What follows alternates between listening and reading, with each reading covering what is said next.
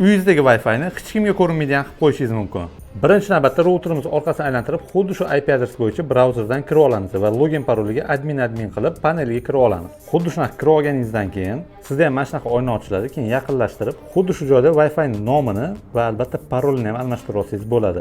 Parol hamma narsani almashtirganingizdan keyin yana xuddi shu joyga kirib olasiz, paneliga va дополнительный degan joyga o'tasiz. Endi yaqinlashtirib, chap tomondagi Wi-Fi bo'limiga bosasiz va основные degan joyga bosasiz. Va sizda ham xuddi shunaqa joy ochiladi va shu joydan skrypt.доступа degan joyga галочка qo'yasiz va albatta применить tugmasini bosasiz. Sizni telefoningizda ham xuddi shu joyda Wi-Fi yo'q bo'lib qoladi. Endi tarmoq qo'shish degan joyga kirasiz va xuddi shu joyga Wi-Fi nomini yozasiz va xavfsizlik degan joyga bosib VPA VPA2 personal degan joyini tanlab parolingizni yozasiz va ulanish tugmasini bosasiz. Ko'rib turganingizdek Wi-Fi ga ulandi. Masalan, bu sizning telefoningiz bo'ladigan bo'lsa, sizda internet ulangan bo'ladi va Wi-Fi'ingizni ko'rib tura olasiz. Agar yangi telefondan qidirmoqchi bo'lsangiz, ko'rib turganingizdek umumiy Wi-Fi'lar joyida sizning Wi-Fi'ingiz chiqmaydi.